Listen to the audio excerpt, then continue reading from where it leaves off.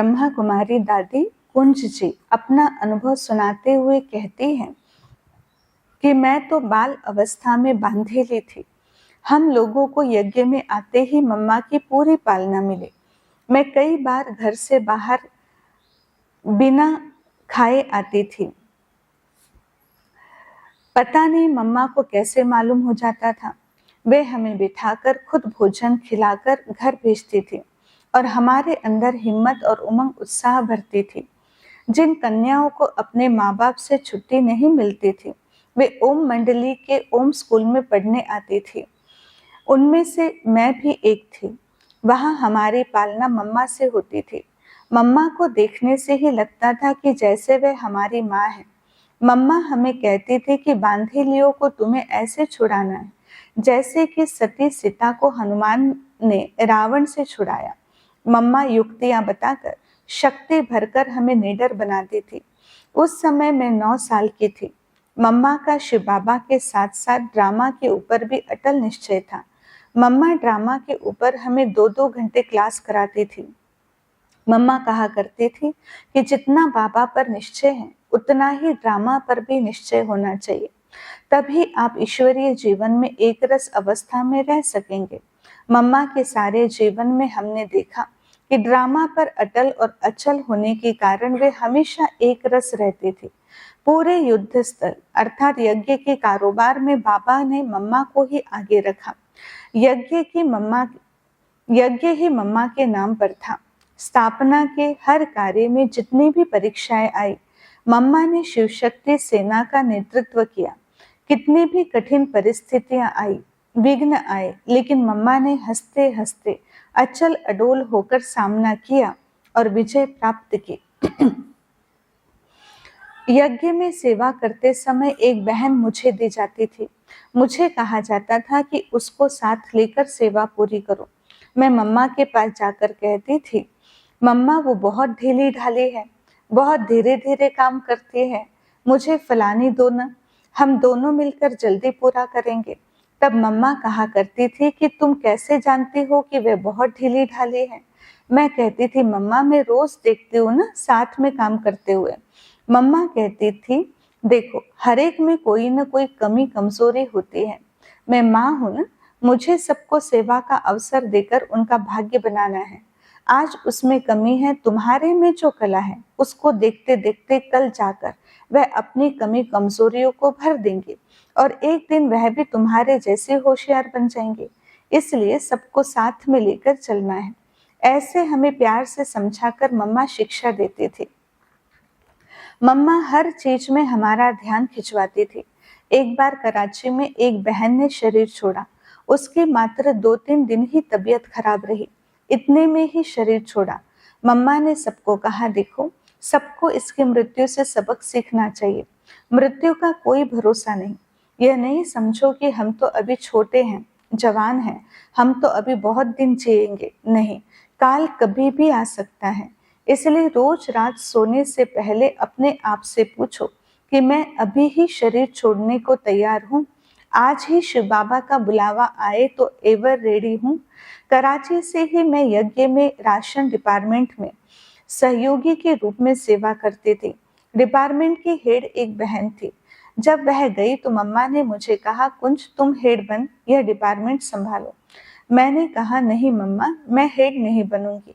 उस समय तो स्टोर भरपूर था, अब बेकरी पार्ट है। अगर मैं किसी को कुछ ना कहूँ तो वो मुझे क्या कहेंगे। हेड किसी बड़ी बहन को बनाओ, मैं उसकी असिस्टेंट बन सारे काम करूंगी। तब मम्मा मुझे बाबा के पास ले गई और बाबा से कहा, बाबा देखो कुंज कहती है कि राशन डिपार्टमेंट की हेड नहीं बनूंगी। बाबा मुस्कुराए और बोले, ठीक है ना बच्ची, स्टोर शिव बाबा का है, कुंज उसकी इंचार्ज। यह कैसे हो सकता है। वह ठीक बोलती है, शिव बाबा के स्टोर के लिए हेड मैं हूं ना, कुंज मेरी असिस्टेंट बनकर सेवा करेंगे। इस प्रकार मम्मा युक्ति रचकर हर बच्चे की जिम्मेवारी देकर अथवा दिलाकर आगे बढ़ाती थी। जब बाबा मुझे सेवा के लिए बाहर भेजना चाहते थे तो मैं बाबा से जुदा होना नहीं चाहती थी। बाबा मुझे जाने के लिए कहते थे तो मैं बाबा को कहती थी कि बाबा मैं आपको छोड़कर कहीं नहीं जाऊंगी। एक बार बाबा ने मुरली में सभा में कह दिया, देखो मैंने कुंज को वर्थ ए पाउंड समझा था, वह वर्थ नॉट ए पेनी निकली। फिर भी मैं कहती थी कि बाबा मैं आपसे दूर नहीं जाऊंगी। एक दिन ब्रजकोठी में मम्मा झूले में बिठाकर मुझे कहने लगी, कुंज तुमसे बाबा क्या चाहते हैं? मैंने कहा, मम्मा बाबा चाहते हैं कि मैं सेवा पर जाऊं। मेरे में वो शक्ति नहीं है कि मैं बाबा से दूर रहूं, मुरली सन्मुख सुनने के बदले कागज पर पढूं। यह मेरे से नहीं हो सकता। मैं तो वहां रोती रहूंगी और रोती रहूंगी तो सेवा कैसे करूंगी? तब मम्मा ने कहा, देखो बच्ची, जब बाबा तुमसे सेवा चाहता है तो वे जरूर तुम्हें शक्ति देंगे, डरो नहीं। बाबा को हाँ कहो, कुछ नहीं होगा, सब ठीक हो जाएगा। ऐसे समझाकर मेरे में ताकत और उत्साह भरकर मम्मा बाबा के पास ले गई और बाबा से कहा कि कुंज सर्विस पर जाने के लिए तैयार है। मगर मैं एकदम चुप रही। बाबा ने कहा, वह कहाँ बोलती है, वह तो चुपचाप खड़ी है। तो मैं धीरे धीरे बोली, बाबा मैं सर्विस पर जाने के लिए तैयार हूँ। मम्मा एक माँ की तरह मेरे में धैर्य, उमंग, उल्लास भरकर बाबा के पास ले गई और सेवा में आगे बढ़ने का सुअवसर प्रदान किया। इस प्रकार मम्मा सब तरह की ट्रेनिंग देती थी। दादी प्रकाशमणि और पटना में रहती थी। दादी प्रकाशमणि और मैं पटना में रहती थी। वहाँ एक भाई था, वह अपने ही स्वभाव का था। वह हम लोगों से जबरदस्ती करता था कि सेवा करने आप वहां न जाओ, यहाँ न जाओ। हमने सोचा मम्मा आएंगी तो हम मम्मा को उस भाई की सारी बातें बताएंगे। मम्मा के आते ही हमने मम्मा से कहा, मम्मा हम जब आपके साथ बैठते हैं तो उस भाई को हमारे साथ नहीं बिठाना। मम्मा कहती थी, नहीं देखो मैं उसका गेस्ट हूँ, अब मैं उसको कैसे शिक्षा दूंगी, तुम लोग सयाने बन जाओ। ऐसे कह कहकर छोटों को भी बड़े बना देती थी। ऐसे वैसे व्यक्तियों को भी कैसे हैंडल करे वह युक्ति भी मम्मा ने सिखाई। ऐसे वैसे को भी कैसे झुका देना यह मम्मा की बड़ी विशेषता थी। जब पटना में सरस्वती की पूजा हुई थी तो उस भाई ने ही मम्मा को जेवर आदि से खूब सजाकर 56 प्रकार का भोग लगाया था। मम्मा को बाबा की हर बात पर इतना निश्चय रहता था कि बाबा की बातों पर किसी यज्ञ वत्स की टीका टिप्पणी सुन ही नहीं सकती थी। बाबा के महावाक्यों पर बेहद प्यार और विश्वास था। एक बार मैंने मम्मा से कहा, मम्मा देखो बाबा ने आज इस पॉइंट को बदल दिया। पहले कहता था मैं ज्योतिर्लिंगम हूँ, अभी कहता है कि मैं ज्योतिर्बिंदु हूँ। यह क्या है? तब मम्मा तपाक से बोली, जब बाबा ने ज्योतिर्लिंगम अथवा ज्योति स्वरूप बताया था तो तुमको साइज माप कर बताया था क्या कि कितना है? यह बात बिल्कुल मम्मा नहीं सुन सकती थी कि बाबा ने पॉइंट बदल दी। हमें कहा करती थी उस समय तुम छोटे थे, बिंदु क्या है नहीं समझ सकते थे।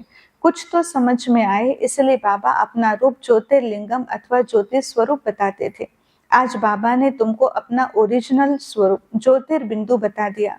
बाबा का असली रूप ज्योतिर्बिंदु है, गुणों का वही सिंधु है। कराची की बात है, मैं दादा विश्व किशोर और दादा विश्व रतन आदि मिलकर चित्र बनाते थे। एक दिन में ज्यादा से ज्यादा 2-4 चित्र बना सकते थे।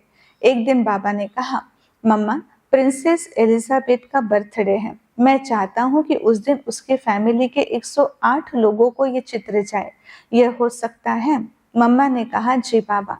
हमारे पास आकर मम्मा ने कहा, देखो मैंने तो बाबा को हाँ कह दिया है, 15 दिन में 108 चित्र बनाने हैं। तब हमने कहा, मम्मा एक दिन में मुश्किल 2 से 3 चित्र ही बनते हैं, 15 दिनों में 108 चित्र कैसे बन सकते हैं? आप ही बताओ। मम्मा कहती थी, हमें कौन बोल रहा है? बाबा हमें कहे चंद्रमा को उतार कर यहाँ लाओ तो भी हमें चंद्रमा को उतार कर यहाँ लगाना चाहिए। बाबा के मुख से यह वाक्य निकला है तो कैसे नहीं होगा? सच में मम्मा एकदम शक्ति रूपा बनकर पूरे विश्वास से बोलती थी। सचमुच वह काम 2 दिन पहले ही पूरा हो जाता था। इतनी शक्ति और दृढ़ विश्वास था मम्मा में। मम्मा गुणों और शक्तियों की भंडार थी, उनका वर्णन करना किसी से भी साध्य नहीं है। मम्मा का शुरू से ही अव्यक्त और फरिश्ता रूप था। हमारा पुरुषार्थ प्रोग्राम प्रमाण होता था, परंतु मम्मा का पुरुषार्थ नेचुरल था, सहज रीति का था, इसलिए उन्होंने सहज रूप से संपूर्णता को प्राप्त किया। मैंने अनुभव किया है कि मम्मा के अव्यक्त होने के बाद उसकी पूजा अर्थात जगदम्बा की, दुर्गा की पूजा बहुत ज्यादा बड़ी है। अव्यक्त रूप में मम्मा दुर्गा का पाठ बजा रही है। उसके कारण दुर्गा की पूजा और अर्चना बहुत बहुत हो रही है। कलकत्ते में तो देखने वाला दृश्य होता है कि दुर्गा पूजा क्या होती है। हमें तो महसूस होता है कि जब मम्मा साकार में थी तब ज्ञान ज्ञानेश्वरी बन ज्ञान की गंगा बहाई, और अव्यक्त होने के बाद दुर्गा का पूरा पूरा पाठ बजाकर भक्तों को गुण और शक्तियों का वरदान दे रही है। मम्मा की जितनी भी महिमा करे फिर भी कम है। शिव बाबा ने यज्ञ का भंडार देकर हमको ज्ञान से मालामाल कर दिया, लेकिन मम्मा ने तो प्रैक्टिकल में जीवन की रीति और नीति सिखाकर हमें महान बना दिया।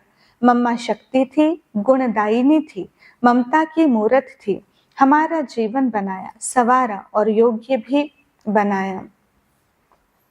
ब्रह्मा कुमार भ्राता जगदीश चंद्र जी मम्मा के संबंध में अपने अनुभव सुनाते हुए कहते हैं कि मम्मा का जो प्यार था, मम्मा का जो दुलार था, जो व्यक्तित्व था, वह इतना प्रभावशाली था कि बाबा द्वारा दी जा रही शिक्षाओं का मूर्त रूप था। योगी के लिए गाया हुआ है कि उसका व्यक्तित्व परांत सुखाय होता है। उसके मन में सबके प्रति सद्भावना रहती है, सबके प्रति प्रेम रहता है। वह किसी का भी बुरा नहीं सोचता, वह सबका भला सोचता है। बाबा के जीवन में भी हमने इन बातों को प्रैक्टिकल देखा, सिर्फ कहने मात्र नहीं। जो निंदा करते थे बाबा ने उनको भी मित्र की तरह ही चलाया।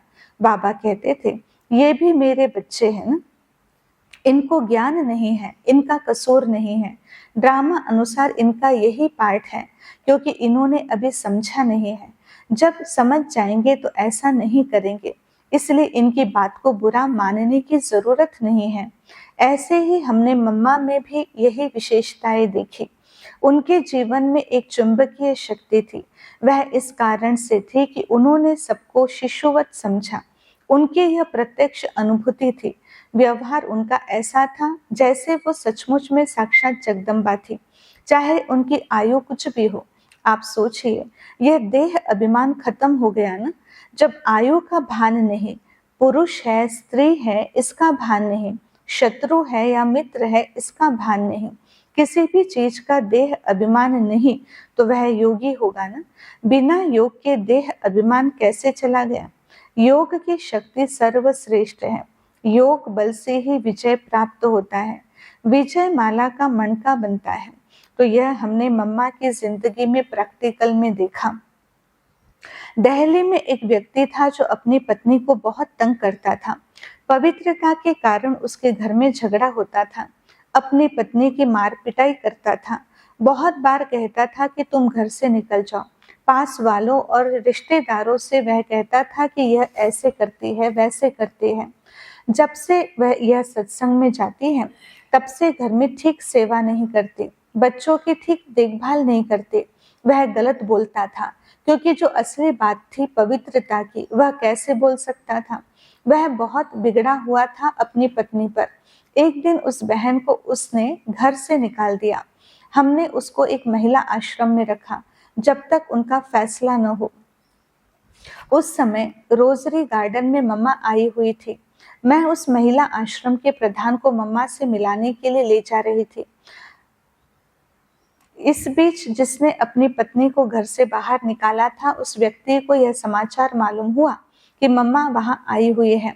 वह हमारे से पहले ही सेंटर पर पहुंचा और दरी यहाँ वहां फेंकी, बल्ब तोड़ा, कुर्सियों को इधर उधर फेंक दिया, काफी अपना तमाशा दिखाया, जोश दिखाया और झगड़ा भी किया। वह बोलने लगा, मम्मा कहाँ है, मम्मा से मेरी बात कराओ, आज मैं अपना फैसला करा के ही जाऊंगा। बहनें तो डर गई थी कि वह झगड़ा करने आया है, हम कैसे उसको शांत करें। कोई भाई उस समय नहीं था। मम्मा सबसे ऊपर की मंजिल पर थी। उसने फिर बोला, मम्मा कहाँ है, आप लोगों ने मम्मा को छिपा कर रखा है, बाहर क्यों नहीं आती है, मुझे उनसे बात करनी है, मेरे से बात कराओ। बहनों ने कुछ सुना नहीं तो वह अपने आप उस मकान में घुसा और मम्मा को इधर ऊपर नीचे ढूंढा, लेकिन उसको कहीं मम्मा नहीं मिली। आखिरकार वह सबसे ऊपर की मंजिल पर गया। वहां एक चारपाई थी और एक कुर्सी थी। कुर्सी पर मम्मा बैठी थी। जब वह व्यक्ति वहां पर गया तो मम्मा कुर्सी से उठी और चारपाई पर बैठ गई। मम्मा ने उससे कहा, आओ बच्चे आओ, बैठो, कैसे आए हो? बहुत प्यार से उसको कहा, आओ बच्चे कुर्सी पर बैठो। मम्मा के इन शब्दों को सुनते ही वह पानी पानी हो गया और सच्चे मन से मम्मा मम्मा माँ कहने लगा। वह अपना प्रश्न ही भूल गया, केवल माँ माँ माँ कहता रहा। मम्मा कहने लगी, बोलो बच्चे, कैसे आना हुआ? वह कहने लगा, कुछ नहीं माँ, कुछ नहीं। वह मम्मा से इतना प्रभावित हुआ कि वह शांति और आनंद की अनुभूति में खो गया। मम्मा ने उससे कुछ कहा ही नहीं था, सिर्फ कहा था कि कैसे आना हुआ। फिर मम्मा ने कहा, आओ बच्चे यहाँ बैठो कुर्सी पर। वह बड़ी नम्रता से कहने लगा, नहीं माँ, मैं यही नीचे बैठूंगा, वही ठीक है। मम्मा ने फिर कहा तो वह कुर्सी पर बैठ तो गया, लेकिन जब अपनी बात बताने का समय आया तो बता नहीं पाया। मम्मा को देखता रहा, शांति से देखता रहा। मम्मा ने भी उसको दृष्टि दी। उस दृष्टि से उसको बहुत लाभ हुआ और अनुभव भी हुआ। फिर वह वहां से चला गया। बाहर जाकर बोलने लगा कि मम्मा तो बहुत अच्छी है। वह मम्मा के मातृत्व से इतना प्रभावित हुआ कि उसका मन बहुत हल्का हो गया और कहने लगा कि मम्मा कितनी महान है। उसका मन परिवर्तित हो गया। फिर उसने मम्मा से कहा, मम्मा फिर भी मैं कभी आऊंगा। ऐसे कहकर वह चला गया। मम्मा ने उससे यह नहीं पूछा, तुम कौन हो, कहाँ से आए हो, किससे पूछकर अंदर आए। बहुत प्यार से उससे बात की, उसको सम्मान दिया। उसका मन परिवर्तित हो गया। उन दिनों में कई लोग बाबा की भी निंदा करते थे। यज्ञवत्स अपनी निंदा तो सुन लेता था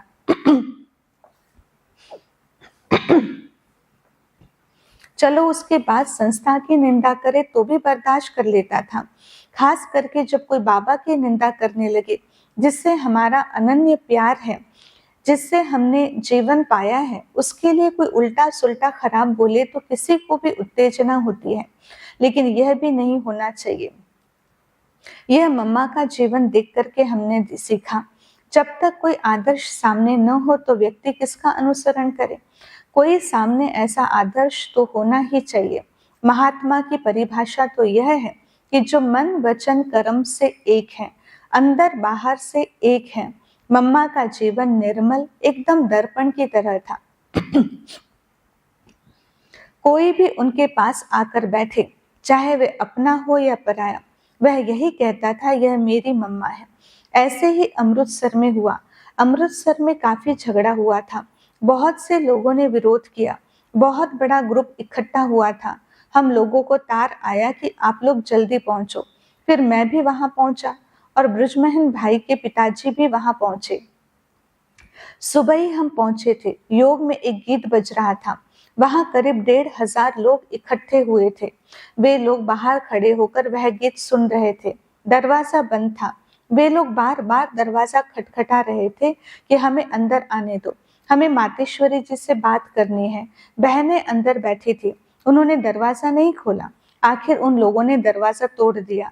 तब बहनों ने कहा कि अभी मातेश्वरी जी आप लोगों से नहीं मिलेंगी। वे और बिगड़ गए। हम इतने लोग आए हैं तो वो कैसे नहीं मिलेंगी? हमें सिर्फ 5 मिनट मिलना है। अब नहीं मिलेंगी तो कब मिलेंगे? बाद में आप कहेंगे कि वे चली गई, इसलिए हम मिलकर ही जाएंगे। जब दरवाजा तोड़ा तब उनमें 5-6 लोग जो मातेश्वरी जी से बात करने के लिए मुकर्रर हुए थे, वे अंदर चले गए। वे ऊपर गए, पहली मंजिल पर जहां मम्मा बैठी थी। वहां क्लास भी होती थी और योग भी होता था। मम्मा वहां योग में बैठी थी। वहां एकदम गहन शांति थी। कोई हलचल नहीं, कोई घबराहट नहीं, कोई चिंता नहीं। बहुत आनंद में मम्मा योग में बैठी थी।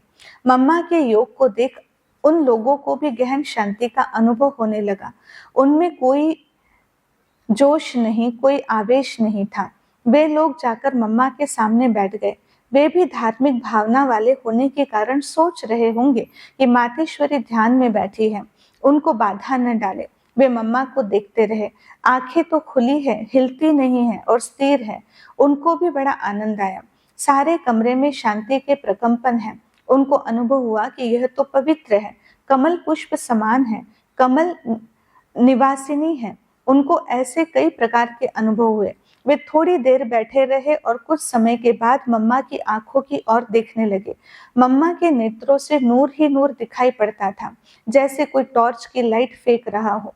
मम्मा के चारों तरफ तो प्रकाश ही प्रकाश उनको दिखाई पड़ता था। यह क्या है? वे समझते तो नहीं थे, परंतु इतना तो समझ लिया कि इनके पीछे बहुत बड़ी साधना की शक्ति है। इन्होंने साधना की है, वरना कोई सामान्य महिला अनजान व्यक्तियों को देख डर जाएंगी, अथवा जोर जोर से चिल्लाएंगी, अथवा झगड़ा करेंगी। परंतु यह तो एकदम शांत है, निश्चल है। शांति की शक्ति से मम्मा ने उनको शांत कर दिया। उस समय शांति की शक्ति देने की जरूरत थी और कुछ बोलने की आवश्यकता नहीं थी। उन निर्बल आत्माओं को मम्मा ने शांति की शक्ति दी। वे कुछ देर बैठे रहे। उनको लगा कि अब कुछ बोलना भी नहीं चाहिए। उन्होंने समझ लिया था कि जिस जगह हम बैठे हैं वहां शांति में रहना ही ठीक है। उनको यह भी लगा कि यहाँ थोड़ी भी आवाज होना अच्छा नहीं लगता है। खुद उनको एहसास हुआ कि ये कोई आवाज से ऊपर की दुनिया में है। यह असाधारण बात है। जो एक जगह पर एक ही भंगिमा में एक ही आसन पर काफी देर तक बैठी रहे, शरीर को साध लिया, नेत्रों को साध लिया और मन को भी साध लिया। इसलिए इतना स्थिर जो बैठी है यह महान है। उनमें कुछ ऐसे भी थे जिन्होंने धार्मिक पुस्तकें पढ़ी थी, भक्ति की थी। वे जानते थे कि योग ऐसा होता है, उसके आसपास ऐसी शांति होती है। इस प्रकार आए हुए वो लोग अपनी शत्रुता भूल गए और खुश होकर वहां से चले गए। आज भी बाबा हमसे बार बार कहते हैं, बच्चे आपके योग की अवस्था ऐसी हो जिससे मनसा सेवा कर सको। अंत में ऐसी ही सेवा होगी। लोग बहुत घबराए हुए, दुखी और अशांत होंगे। आप दृष्टि देकर उनको शांति की शक्ति देना। मम्मा के जीवन में तो इन सब प्यारी अवस्थाओं को हमने देखा है। बाबा ने मम्मा को कोई बात बार बार नहीं कही। यही मम्मा की विशेषता थी कि बाबा ने जब कोई एक शिक्षा दी, दोबारा कहने की जरूरत बाबा को नहीं रही। जी हाँ कह के मम्मा ने उसको अपने जीवन में लाया। इसको कहते हैं पुरुषार्थ। मम्मा खुद मुरली सुनाती थी, अपनी वाणी चलाती थी, तो कहती थी कि जब आप कहते हो कि मैं पुरुषार्थी हूँ, तो आप यह पुरुषार्थी शब्द किस भाव से कहते हो, किस प्रसंग में कहते हो। जब आपसे कोई गलती हो जाती है, नुकसान हो जाता है, तो दूसरे को कहते हो, भाई मैं अभी पुरुषार्थी हूँ ना। गोया आप पुरुषार्थी शब्द का भाव यह लेते हो कि पुरुषार्थी माना जिसमें कमियां हो, कमजोरियां हो, गलती व भूल करता रहता हो। यह पुरुषार्थी का मतलब नहीं है। पुरुषार्थी सच्चे अर्थ में उसको कहा जाता है जिसको एक बार कोई बात समझाने के बाद फिर दोबारा समझाने की जरूरत न रहे। यह है सच्चा पुरुषार्थ। ऐसा पुरुषार्थ करना है। यह हमने प्रैक्टिकल उनके जीवन में देखा। बाबा ने जो शिक्षा दी उसे उन्होंने उसी तरह से पालन किया और आचरण में लाया। बाबा ने उनको निमित्त बनाया, क्योंकि मम्मा ने थोड़े समय में उन गुणों को अपने जीवन में धारण कर लिया जिनको धारण करने में अभी तक सब लगे हुए हैं। संस्कार बदलना चाहते हैं, बदलते नहीं हैं। मम्मा ने बड़ी जल्दी से अपने संस्कारों को परिवर्तन कर लिया। यह कमाल थी मम्मा की। मम्मा का निश्चय बहुत दृढ़ और अटूट था। निश्चय के भी कई प्रकार होते हैं। हर एक का निश्चय एक जैसा नहीं होता। कई मानते हैं कि शिव बाबा आ गए हैं, दुनिया बहुत खराब हो चुकी है, यह वह सारी बातों में निश्चय होगा, लेकिन इस दुनिया का विनाश हो जाएगा, यह कैसे होगा, उन्हें समझ में नहीं आता। कल्प की आयु 5000 वर्ष है, तो कई लोग कह देते हैं कि इन बातों में अभी तक हमारा निश्चय नहीं है। वे क्लास में रोज आते हैं, मुरली रोज सुनते हैं, हम बाबा के बच्चे हैं यह भी कहते हैं, लेकिन 100% निश्चय हो, जिसको संपूर्ण निश्चय कहा जाता है, उनमें वह नहीं होते। एक है संपूर्ण निश्चय और दूसरा है दृढ़ निश्चय। मम्मा कभी अपने उस निश्चय से हिली नहीं। इस ज्ञान में भी बहुत प्रगति आती गई। कोई कह सकता है कि थोड़ा थोड़ा अंतर आता गया। पहले सब इतनी गहरी बातों को, महीन बातों को समझ नहीं सकते थे, तो बाबा ने पहले पहले जो बातें बताई और बाद में जो बातें बताई, उनमें अगर कोई ध्यान दे तो थोड़ा थोड़ा अंतर है। मिसाल के तौर से पहले यह कहा जाता था कि आत्मा अंगुष्ठ रूप है, तो बाद में यह कहा गया कि वह ज्योति बिंदु है। अब अंगुष्ठ तो बड़ा होता है, ज्योति बिंदु छोटा होता है। कई उपनिषदों में भी इस बात का उल्लेख है कि आत्मा अंगुष्ठ मिसल है। तो यहाँ भी पहले पहले यही कहा जाता था कि आत्मा अंगुष्ठाकार है। फिर यह समझाया गया कि आत्मा बहुत सूक्ष्म है। अंगुष्ठ रूप कैसे हो सकती है? कई लोगों का मानना है कि आत्मा के कई शरीर हैं। एक तो यह स्थूल शरीर है, फिर सूक्ष्म शरीर है जो मन बुद्धि संस्कार का है, फिर है कारण शरीर। कारण शरीर क्या होता है? कहते हैं जो जन्म जन्मांतर हमने कर्म किए हैं उनका सार रूप से एक शरीर बना होता है। उनका मानना है कि व्यक्ति को कुछ भी होता है तो वह कारण शरीर से शुरू होता है। एक बार मम्मा को कोर्ट जाना पड़ा।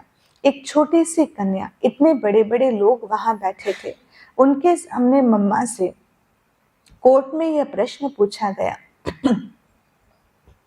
कि दादा लेखराज सबको गोद में क्यों लेते हैं? तो मम्मा ने कहा वो हमारे पितामह हैं। पिता अगर बच्चे को गोद में लेता है तो क्या गलत करता है?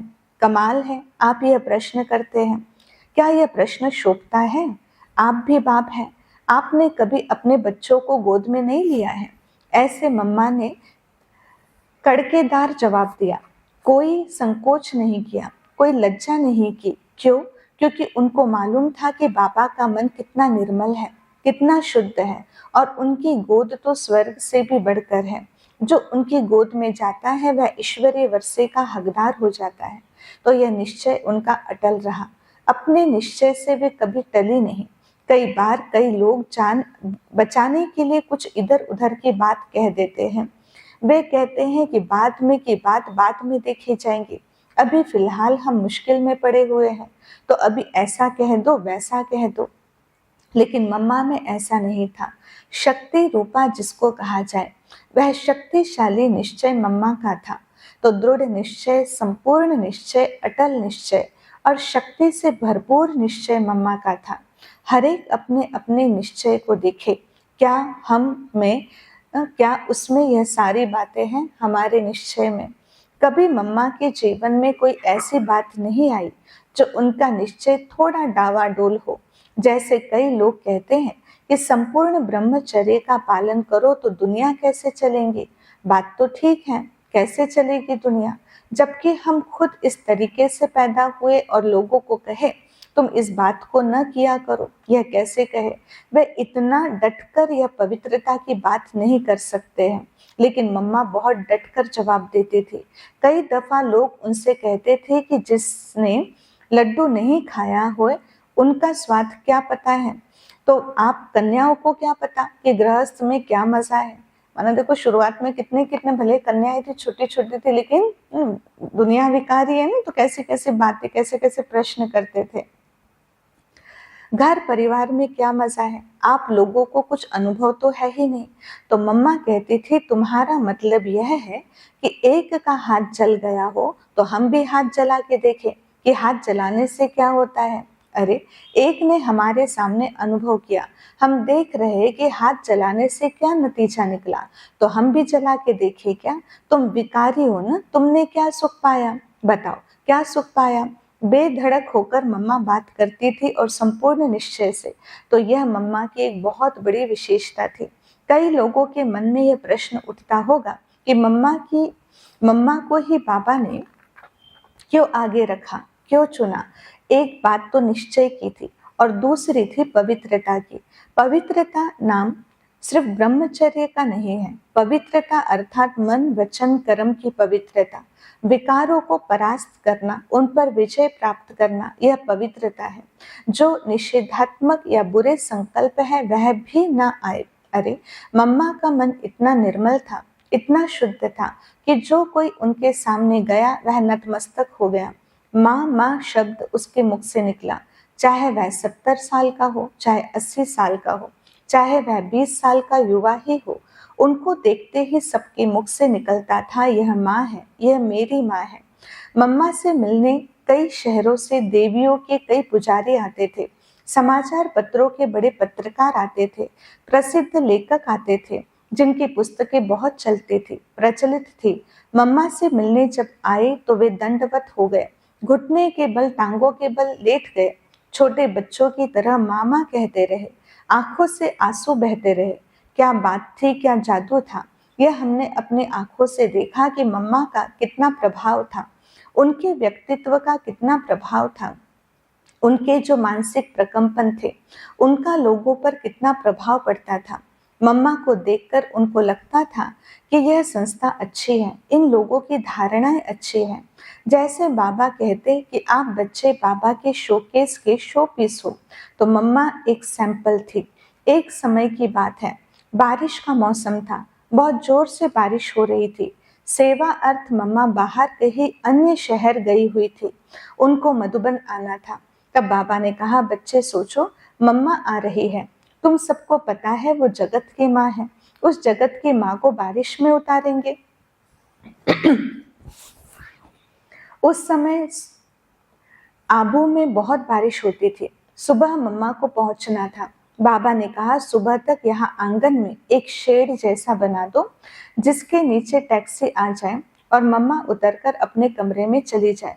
मम्मा के लिए बाबा के मन में क्या ऊंची भावना थी। जब मम्मा सेवार्थ बाहर जाती थी तो बाबा उनको आबू रोड रेलवे स्टेशन तक छोड़ने जाते थे। बाबा शिक्षा दाता है और सर्व बच्चों को सिखाने के लिए ही खुद करके दिखाते थे कि अपने से बड़ों का रिगार्ड कैसे करें, किसका स्थान इस यज्ञ में क्या है। उनके प्रति आपके उद्गार, आपकी भावनाएं, आपका बोलना चलना, आपका व्यवहार क्या होना चाहिए, यह बाबा करके हम बच्चों को सिखाते थे। शिव बाबा शिक्षा दाता है, सदगुरु है, तो उनसे जो शिक्षा मिली मम्मा ने उसको जीवन में धारण किया। मम्मा का जो शरीर था या प्रकृति थी या उनका जो चेहरा था वह बहुत सेवा करता था। मम्मा की पवित्रता के प्रकंपन बड़े शक्तिशाली थे जो मनसा सेवा करते थे। हम भी अपने में वैसी अवस्था लाएं, यह मैं कहना चाह रहा था और यही मम्मा की आश थी हम सब बच्चों के प्रति।